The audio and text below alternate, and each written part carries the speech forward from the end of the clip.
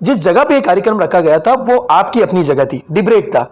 Debate के अंदर इतना बड़ा प्रोग्राम होना, अमित शाह जी का वहां पे मौजूद होना, कई बड़े नेताओं का वहां मौजूद होना, माननीय सांसद साहब का वहां पे मौजूद होना और वीडियो कॉन्फ्रेंस पे प्रधानमंत्री वो भी मौजूद है। क्या किसी ने उनके कान पे बात बताई कि ये वही जगह है जहां पे 300 से 400 बच्चों के साथ में अत्याचार हुआ, जुल्म हुआ, जाति हुआ? आप थोड़ा तो बताइए उत्पल शर्मा जी को कि उनके साथ में थोड़ी रियायत करें। चैलेंज कर रहा हूं मैं कि 1 साल के अंदर में नरेंद्र मोदी जी हमारे जो प्रधानमंत्री और हमारे गृह मंत्री अमित शाह जी के खिलाफ में अगर 2 शब्द कह दे तो मैं आने वाला समय में कांग्रेस का टिकट लाऊंगा, तो मैं इंडिपेंडेंट रहते हुए भी मैं कुलदीप राय शर्मा को सपोर्ट करूंगा। क्यों? मिनिस्टर के विजिट से स्टूडेंट को कोई बेनिफिट हुआ है?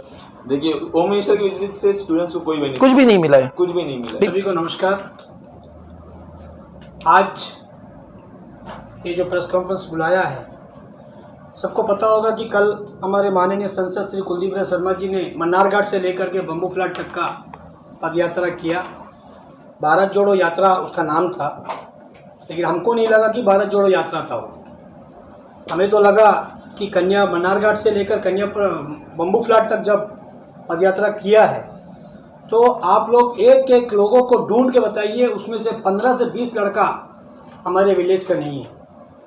जो मन्नार घाट, विम्बलीगंज, कन्यापुरम, स्टोरगंज, बम्बू फ्लैट 1-2, हॉपटाउन और हमारा सोर पॉइंट पंचायत, टोटली ये पंचायत का एक लोगो आप लोगों को नहीं मिलेगा। और जहाँ तक मेरा सवाल है, कल वो यात्रा करने के लिए कम से कम 9 से 10 लाख रुपया खर्चा किया गया, जो कि एक एक लोगों को पैसा दे करके, एक एक लोगों को बिरयानी दे करके वहाँ पर मंगवाया गया। आज मेरा बोलने का मतलब ये है कि जब हमारे CAA और NRC का जब मामला हुआ था, तब यही MP साहब ने 8% का बात किया था। आज इस 8% के बीच में एक रैली करने का क्या जरूरत पड़ा? आज बताते हुए बड़ा दुख हो रहा है कि 8% का जो बात है, हमारे CP हॉल में हम लोगों का एक कॉन्फ्रेंस बुलाया गया था, जो कि उस वक्त सभी CAA NRC को लेकर एक डर पैदा हुआ था। उस वक्त हमारे मोपलास, जो आज हमारे सिद्दीक भाई सेक्रेटरी है और जो हमारे यूसुफ का प्रेसिडेंट है, इन लोगों ने हमारे MP साहब के पास जाके मदद मांगा था कि आइए हम लोग का समर्थन कीजिए, इसका खिलाफ में हम लोग जो है एक आवाज़ उठाएगा।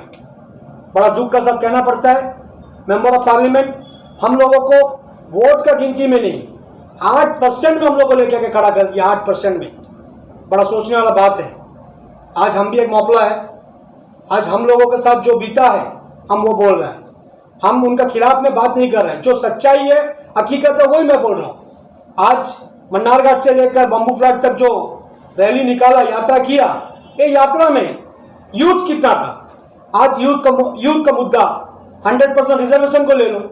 आज 100% रिजर्वेशन को लेकर के एक दिन कहीं में कोई एक इंटरव्यू दिया तो बताइए, कोई जगह रोड में उतरा तो बताइए। आज आप लोगों को पता होगा डिबेट का मामला, जो हमारे भाई सागर भाई हमारे साथ बैठे हुए हैं, सागर भाई को नहीं पता था कि हम लोग कल काला झंडा दिखाने वाले हैं। ये डिबेट का मामला को लेकर के इतना हंगामा हुआ, बच्चों के ऊपर पानी छीटा गया और डंडा चलाया गया पुलिस। उस वक्त कहाँ थे? आज 4 साल खत्म होने के बाद MP को याद आया कि हमारे अंडमान निकोबार के अंदर में बहुत सारा समस्या है, ये भारत जोड़ो यात्रा से सब ठीक करेगा। मैं पूछना चाहता हूँ MP साहब से, अगर हिम्मत है तो इसमें जवाब दे प्रेस कॉन्फ्रेंस करके कि कल भारत जोड़ो यात्रा किया, बम्बू फ्लैट स्टेडियम में भाषण दिया गया, मोदी के खिलाफ, अमित शाह के खिलाफ, हमारे होम मिनिस्टर के खिलाफ एक शब्द नहीं कहा गया। क्यों नहीं बोला? आज अंडमान निकोबार का जनता सबको मालूम है, आने वाला 2024 इलेक्शन से पहले मैं चैलेंज करता हूं, मोदी जी के खिलाफ, अमित जी के खिलाफ एक शब्द बोल के दिखाइए।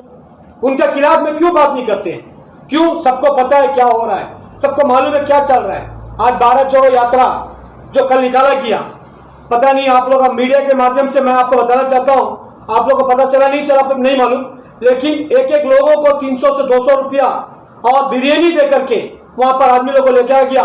चिड़िया टापू, वंडूर, हमारा कौलिंगपुर, ये सब एरिया से आदमी लेके आ गया। अगर भारत जोड़ो यात्रा अगर हम लोग का बीच में हमारे मन्नार घाट से लेकर बम्बू फ्लैट तक अगर करना ही था तो वहां का लोगों को जोड़ना था। वहां का लोग वहां पर जुड़े नहीं, वहां का लोग वहां पर झंडा दिखाने के लिए, काला झंडा दिखाने के लिए हमारे साथ में काके खड़ा हुआ और मेरे घर में 2 दिन पहले आकर के हमसे रिक्वेस्ट किया कि आप हम लोग का साथ देगा नहीं देगा। हम बोला हम कांग्रेस पार्टी या बीजेपी पार्टी का खिलाफ नहीं है, हम एमपी के खिलाफ में आवाज उठाने के लिए हम सामने आएगा और हम कल अपना काला झंडा दिखाया भी। तो मैं आप पूरे हमारे अंडमान निकोबार जनता से मैं रिक्वेस्ट करता हूं, इनका हमारे ख्याल से हमारा जो अब तक चैनल है, इनका माध्यम से हमारे एमपी साहब ने एक इंटरव्यू दिया था कि मैं राजनिवास जाता हूं, एलजी के पास जाता हूं, 10 का 10 काम करके आता है। मतलब ये 10 का 10 काम अपना घर का काम या अपना बंधु का काम करके आता है, हमारा जनता का काम नहीं करता। डिब्रेट का मामला में 10 का 10 काम अगर एक काम वो मिला दिया होता तो आज डिब्रेट का ये हाल नहीं होता। आज बड़ा शर्म की बात है, 2017 से डाइवर्शन जो हम लोग का जमीन का जो डाइवर्शन होता 2017 से बंद है। हम इस कॉन्फ्रेंस के माध्यम से मैं कहना चाहता हूं, आम जनता से मैं अपील करता हूं, आने वाला समय अगर इसी तरह सभी चुपचाप बैठा तो हमें पता है कि आने वाला समय में हम लोगों पर बहुत बड़ा ये होने वाला है। 10 का 10 काम में ये डाइवर्शन का मामला क्या एलजी साहब से नहीं बोल सकता? इनको जरूरत नहीं है, इनका काम बढ़िया से चल रहा है, इनका फैमिली का काम बढ़िया से चल रहा है। मैं बोलना चाहता हूं, कॉन्फ्रेंस वीडियो कॉन्फ्रेंस जो बुलाया आज हम लोग ये इसी माध्यम से मैं आम जनता से अपील करता हूं, मैं ना कांग्रेस ना बीजेपी, मैं कांग्रेस पार्टी 25 साल मैं कांग्रेस को दिया। आज हम कल जो ये आया उसमें देखने को मिला हमारे वॉइस ऑफ यूनिटी का, उसमें जो है बोल रहा है कि आप भी तो कुलदीप राय शर्मा का तलवार चाटता था। मैं उन लोगों को जवाब देना चाहता हूं आज इस कॉन्फ्रेंस के माध्यम से कि मैं तलवार चाटता था इसलिए कि हमारा जनता का भला होएगा।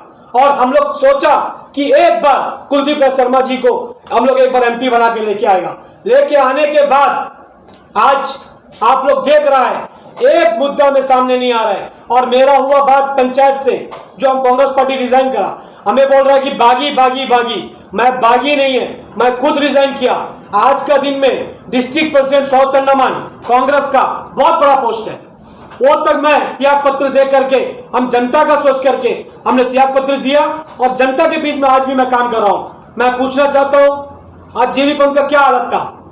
जीवी पंथ में जो श्रेय का सामने में हिंदू राष्ट्र शक्ति सिर्फ हमको इन्विटेशन किया कि अजीज भाई आप थोड़ा हम लोग को मदद करिए। हम ना हिंदू राष्ट्र शक्ति देखा, ना मोपला देखा, ना कांग्रेस देखा, ना बीजेपी देखा। हमने अपना 50 लोगों को लेकर के वहां पे हम लोगों का साथ धरना किया। वो क्यों किया?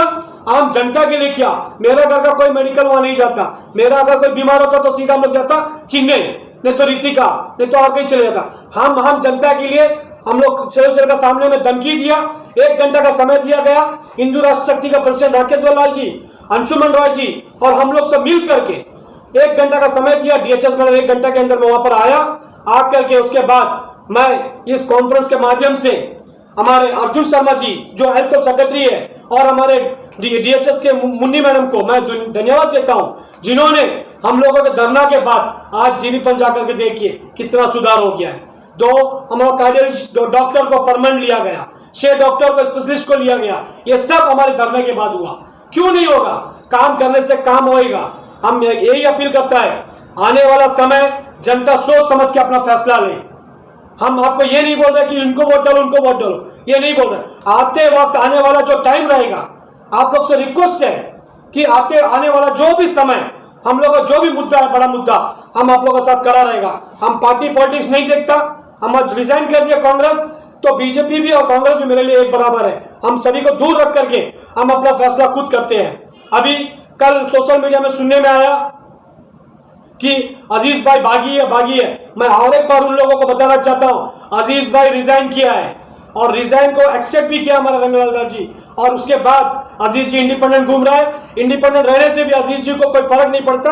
अजीज जी अपने एरिया में अपना काम बराबर कर रहे हैं और अकेला ताकत में मैं करके दिखाऊंगा। इसी सब शब्दों के साथ मैं अपना बात यहीं पर विराम देता हूं। नमस्कार। देखिए कल जो अजीज जी जो काला झंडा दिखाया इसके बारे में हमें पता नहीं था। एमपी जी के पास में हमने खुद गए थे, हम कुछ 5 लोग गए थे और एमपी जी से मिले भी और बताए भी कि हमारा प्रॉब्लम ये है। डिबेट के मामले में आप देखिए कोई पॉलिटिशियन बात नहीं कर रहा है। कोई पॉलिटिशियन हो या कोई भी इसके ऊपर इतना सेंसिटिव मैटर है और आज के दिन में सबको लग रहा है कि ये सॉल्व हो गया। सॉल्व नहीं हुआ। किसने हेल्प किया हमें बताइए। हमने जब कुलदीप राय शर्मा जी से हेल्प मांगी तो कुलदीप राय शर्मा जी ने बोला कि हम पार्लियामेंट में बात उठाएंगे। अभी पार्लियामेंट में बात उठते ही रहा है और हमारा मैटर भी सॉल्व हो चुका है। देखिए, हम आज के दिन में डिबेट में कौन बचे हुए हैं बताइए? जो गरीब फार्मर का बच्चे हैं उन्हीं लोग बचे हुए हैं, बाकी जो अमीर फैमिली के सब तो बाहर पढ़ रहे हैं। देखिए, यहाँ से कौन क्या कुलदीप राय शर्मा जी के बच्चे क्या वहाँ पढ़ते हैं क्या? कहीं कोई भी एडमिनिस्ट्रेटिव स्टाफ का बच्चा जो भी यहाँ भी एडमिनिस्ट्रेटिव स्टाफ है उनका बच्चा कोई बच्चा अपना बच्चा को वहाँ पढ़ाता है क्या? तो एट लास्ट यही बच्चे कौन है, ये प्रॉब्लम में कौन है? तो गरीब बच्चे ही है जो प्रॉब्लम में है। और ये मैटर को लेके मैं देख रहा हूँ कोई बात नहीं कर रहा है। इवन ना बीजेपी पार्टी बात कर रहा है, ना कुलदीप राय शर्मा जी बात कर, जिनके पास में पावर है, आज MP है वो, लोकसभा में इनके पास में पावर हो है। तो डिबेट का मैटर कितना इनके लिए तो कुछ नहीं होगा। कभी हमारे साथ देखिए पानी वाटर कैनन यूज किया गया, टीयर गैस यूज किया गया, कभी एक बार भी आके पूछे नहीं कि भाई क्या चल रहा है करके डिबेट में। इतना बड़ा लगभग 4 महीना का स्ट्राइक चला कंटिन्यू, कभी कोई आया नहीं कि ये क्या चल रहा है करके। जो भी आए सब बस आते फोटो खिंचाते सोशल मीडिया में आ जाते, हम डिबेट से बच्चे से बात करने के। सोल्यूशन कहाँ है? सोल्यूशन तो आज तो कोई नहीं आया सोल्यूशन। ठीक है, और मैं बताना चाहूँगा आपको जरा से, ये NH4 का जो मामला है, आज भारत जोड़ो यात्रा हमारे एरिया में कर रहा है। डिगलीपुर से लेकर के बाराटान तक जो 6 जनवरी से शुरू हुआ था, आज उस पर जो है हमारे माननीय सांसद वहाँ पर नहीं गए, बल्कि यहाँ पर घूम रहे थे, अपना कामकाज देख रहा था यहाँ पर। उस वक्त उधर नहीं गया। वहाँ क्यों नहीं गया वो आप लोगों को मैं बताना चाहता हूँ। वहाँ पर जाएगा तो NH रोड को लेकर के सवाल किया जाएगा, जनता उसका जवाब देना पड़ेगा, इसीलिए नहीं किया। तो मेरा बोलने का मतलब ये है, हम लोग यही सोच के उनको MP बनाया था कि हमारा काम आएगा। आप लोग बताइए, हम चैलेंज करते हैं कि इसका प्रेस कॉन्फ्रेंस का माध्यम से बुलाइए, डिबेट करेंगे हम लोग सामने बैठ करके, एक के ऊपर एक सवाल करेंगे। हम लोग कोई पार्टी पुटी का नहीं बोल रहे हैं, हम लोग बैठ के, हमारे सागर भाई है, हम है, बुलाइए MP साहब को सामने, डिबेट, हम लोग डिबेट करने के लिए तैयार है। लेकिन हमको बड़ा दुख का बात है कि आज हम लोग जो काला झंडा कल दिखाया वो अजीज अपने इंटरेस्ट से नहीं दिखाया। अजीज के पास वहाँ के कन्यापुरम को यूथ आए थे, जो कन्यापुरम में ग्राउंड में जाकर के 3 बार वादा किया कि ये ग्राउंड को हम बना के देंगे, पैसा देंगे। स्टोरगंज पंचायत में 54 लाख दिया।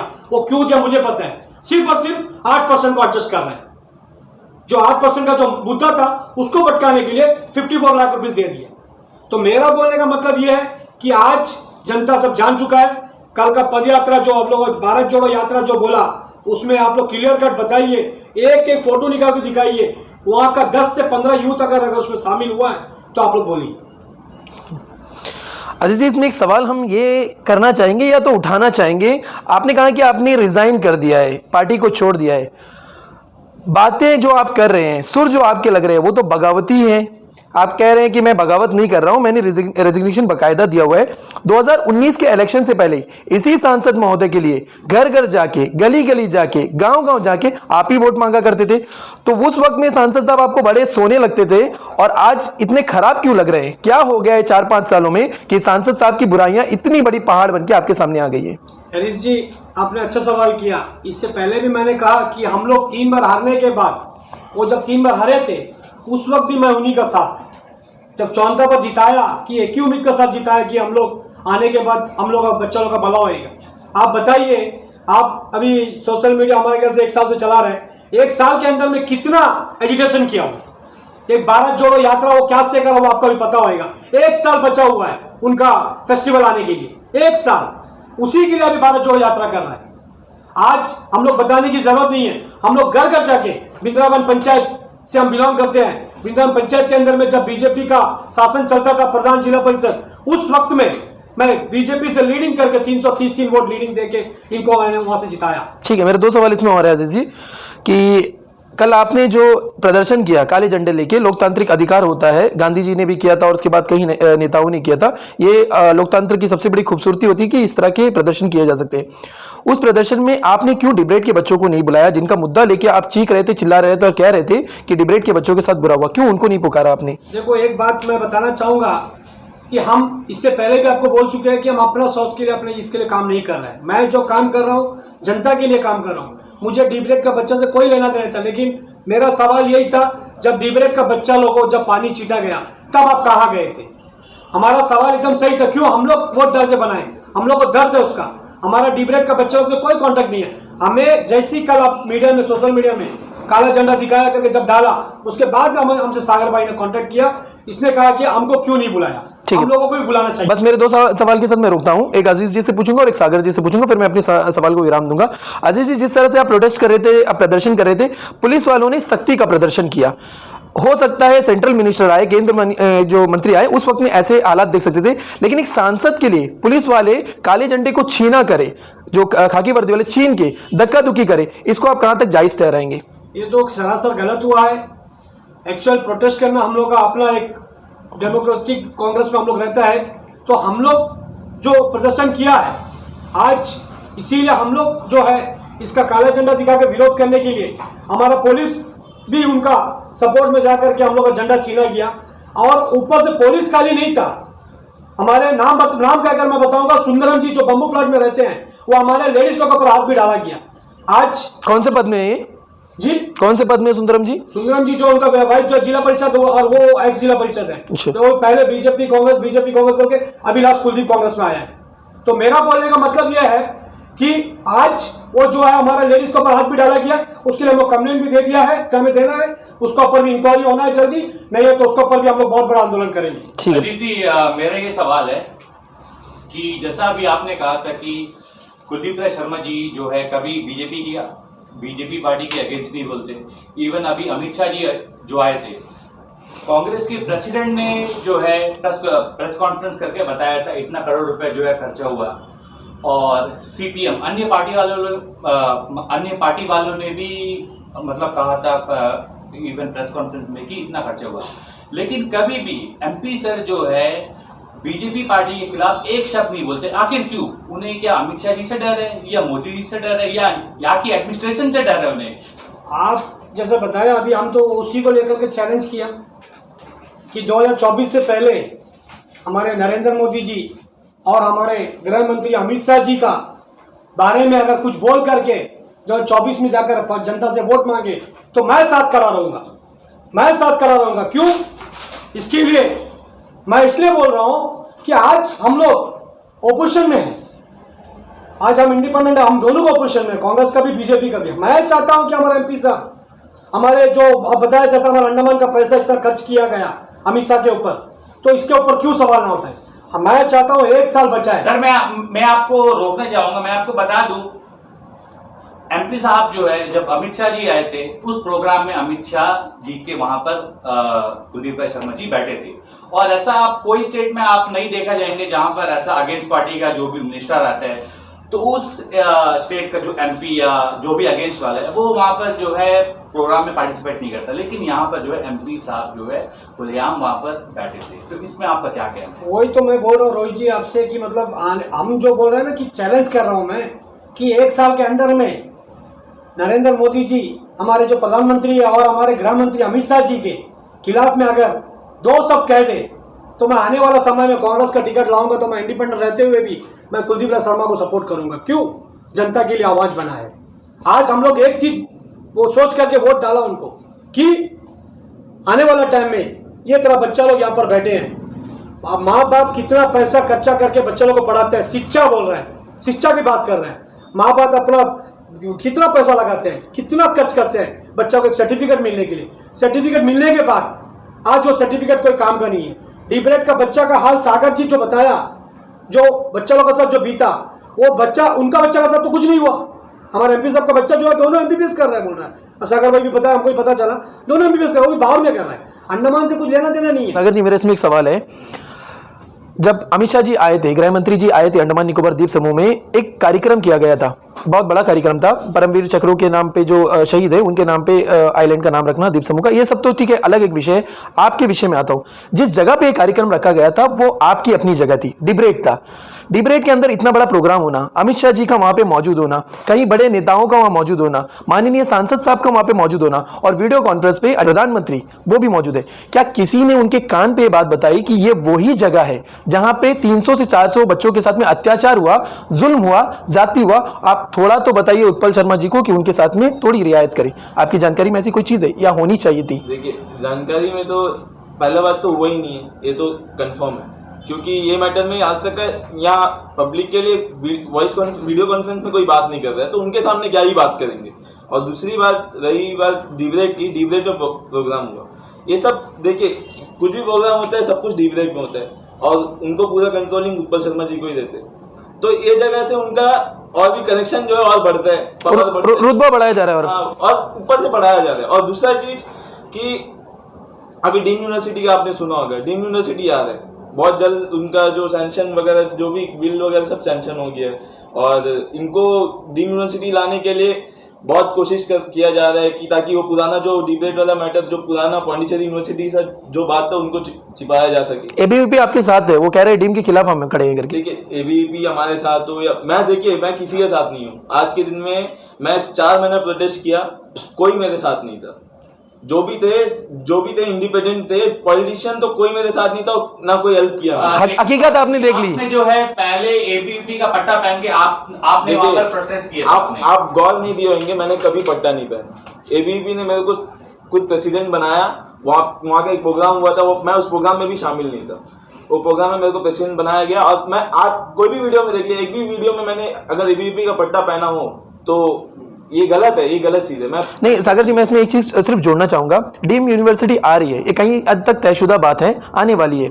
इसमें जिम्मेदार कौन है? क्या एलजी साहब अपनी मर्जी से ये चीज तय कर रहे हैं, सीएस साहब अपनी मर्जी से तय कर रहे हैं, या तो जो पार्टी यहाँ पे बैठे नेता है वो तय करे, या तो सेंट्रल गवर्नमेंट कह रही है कि भाई थोप दो इनके ऊपर डीम यूनिवर्सिटी? कौन बोलने वाला है? देखिए सब कुछ मिला जुला है भाई, आज मिला जुला सब कुछ मिली भगती है भाई। हम आज के दिन में डीम यूनिवर्सिटी अगर आएगा तो आप बताइए किसको फायदा होगा? किसको फायदा होगा? यहाँ के बच्चों को फायदा होगा? यहाँ का बच्चा उल्टा जो फीस बाहर मेनलैंड में देके पढ़ता है वो फीस यहाँ पे देके पढ़ना, उससे अच्छा तो बच्चा बाहर जाके पढ़ेगा। तो डीम यूनिवर्सिटी कहीं ना कहीं इसको जबरदस्ती लाया जाए। अच्छा, होम मिनिस्टर के विजिट से स्टूडेंट को कोई बेनिफिट हुआ है? देखिए होम मिनिस्टर की विजिट से स्टूडेंट्स को कोई बेनिफिट कुछ भी नहीं मिला है, कुछ भी नहीं मिला। डिबेट के अंदर प्रोग्राम होने के बाद भी एयर शो चला, 2-3 दिन का एयर शो था कंटिन्यू, उसमें बहुत एक्साइटेड थे लोग, देखे 2-3 सेलिब्रिटीज को बुलाया गया प्रोग्राम, और क्या बेनिफिट मिला स्टूडेंट्स? कुछ और कुछ खास नहीं है, बल्कि स्टूडेंट्स उल्टा प्रॉब्लम में शुरू से है और अभी भी है, कोई फायदा नहीं मिला।